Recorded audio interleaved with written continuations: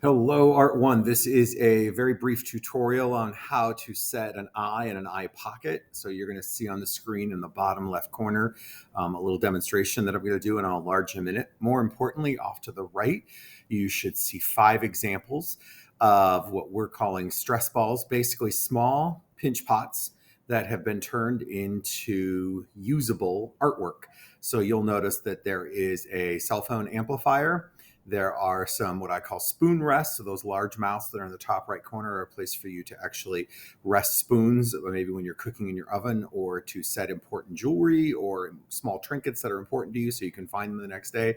And of course, at the bottom, you're going to see a variety of types of planters. So your job is to create usable art, functional art out of that piece of clay. So you should have already made your small pinch pot. That pinch pot should be relatively symmetrical. So if you look at the circle on mine, everything is relatively symmetrical and the same thickness. If I turn it to its side profile, you can see again that it's relatively symmetrical and kind of U-shaped with a fairly flat and clean top. I can always tap it over on this piece of fabric and do that even more until I get it somewhat symmetrical. So now I'm ready to actually start to put in things like eyes, nose, and I want it to be fun and funky and kind of silly, and you could turn it into an animal, you could turn it into a person, you could turn it into a character. The key here is that we want everything to be functional, but also we want it to be attractive, right? So we need to think about form. In other words, getting it well put together so it structurally won't break, but we also want it to be fun and funky. So for creative inspiration, you're going to see nearby you, you're going to see a sheet of paper that has all these fun, funky, silly faces. That's just for inspiration. You don't necessarily have to work from them, but I'm going to keep them nearby. I am going to now set up my eyes, and I want them to rest in a pocket, and I want them to be safe so that they don't explode in the kiln. So I'm going to actually work on a flat surface just because I'm using the camera and I want you to be able to see it. And I'm going to imagine that this happens to be a side of my jar, the side of my little pinch pot here, and I want to rest an eye in that pocket. So I'm going to take some simple tools. You're going to have access to these because remember, part of this lesson is for you to learn some of the most basic structural elements of clay. So I'm going to cut open carefully. I'm going to dip in a little bit of water. I'm going to cut open, or I'm going to take my thumb. Let's do it that way instead. And if you'll notice, your thumb is about the right dimension. If I just keep pushing and making myself just with a little tiny bit of water, I'm going to make a little pocket. That little pocket or indentation or a little well, basically, it's just like a little opening there, is now giving me a place to put an eyeball. So I want to rest an eye in there, but in addition to making an eye or an eyeball, I actually want to make it look realistic so that it looks like skin or fur or whatever I choose to put on top of that rests carefully in there. So I'm going to take a little tiny piece scrap of clay and I'm going to make myself a ball of clay. But one of the most important structural elements of clay is anything thicker than the profile of your pinky. So if I look at the side of my pinky, anything thicker than that has a much higher likelihood of exploding in the kiln. At 2000 degrees, that could explode. So I already know that by looking at the profile of my clay, gosh, it's almost already the thickness of my pinky. So I have to be very careful not to add a lot of thickness. So I want to trick the eye into you believing there's this ball of clay sitting in there, but in fact there isn't. So what I'm going to do is I'm going to take that ball of clay. I'm going to move this to the side for a second. I'm going to take this wooden dowel rod, this stick, and I'm going to cut the ball in half. And then I'm going to hollow out the back of the eyeball so that it is empty.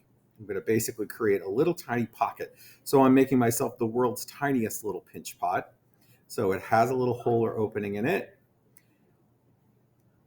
but it's essentially hollow. Still looks like a ball of clay from the front, but from the back, it's completely empty and it doesn't have a lot of thickness. So I'm going to make a little ball. I'm going to return to my little pocket that I've made here, and I'm going to set that ball inside that pocket.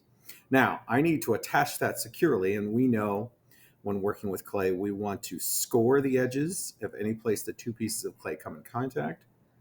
So I'm going to score the edges of both. So I've made tiny little indent marks both there and on the eye pocket where I want it. And I'm going to take a little bit of water or watered down clay.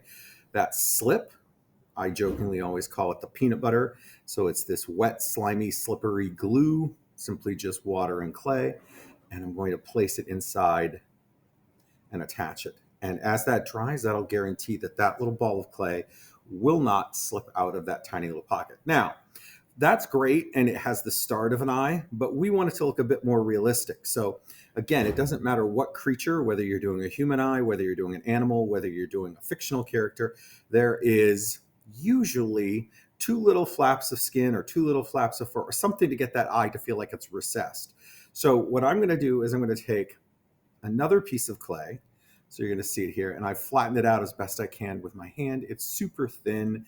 I don't need anything with any great thickness. I'm just trying to create the illusion that there's a flap of skin or fur that sits both on the top and the bottom. So I've made myself a tiny, tiny little moon or crescent shape. I made a little crescent or moon shape, and I'm going to put it at the bottom below that eye. And it's going to rest somewhat like that. And then I'm going to make a second one that might be slightly larger. So I will tell you, usually the crescent or the moon shapes that I make are usually the one at the top is a little bit bigger, and the one at the bottom is slightly smaller. They don't have to be, but I will tell you that that usually is how I work it. So again, I've made myself a little crescent shape, moon shape there. You can see it, and I'm going to rest it for now on top of the eye. So if you look now, it looks like the eye is actually sitting in a pocket. I can turn that into fur. I can make that have some lines in it so it looks like it's sagging. I can do all kinds of things. But before I do any of that, from a structural point of view, I'm going to make some scratching or score marks. And I also want to do at the bottom. So before I do anything else, I want to make sure that it's structurally sound. I'm going to add a little bit of water so that I make slip with the clay that's there. And then I'm going to rest that little crescent that I made and the bigger crescent that I made on top of that eye. And I'm going to spend a little bit of time carefully smoothing out that crescent shape now, both at the top and the bottom. I could also use some tools that I have here. Some people like to use the tools, some people use their fingers. Most importantly is I don't want to smooth out any of the interior where the skin is around the eyeball. Okay, so I would normally spend a little bit more time, but I could now put in some sagging marks. Maybe I want it to look like he's really tired and he's had a hard day. Must be an art teacher. So I'm going to make some droops and some sags. And of course, I could add a little bit more skin or bumps out into it.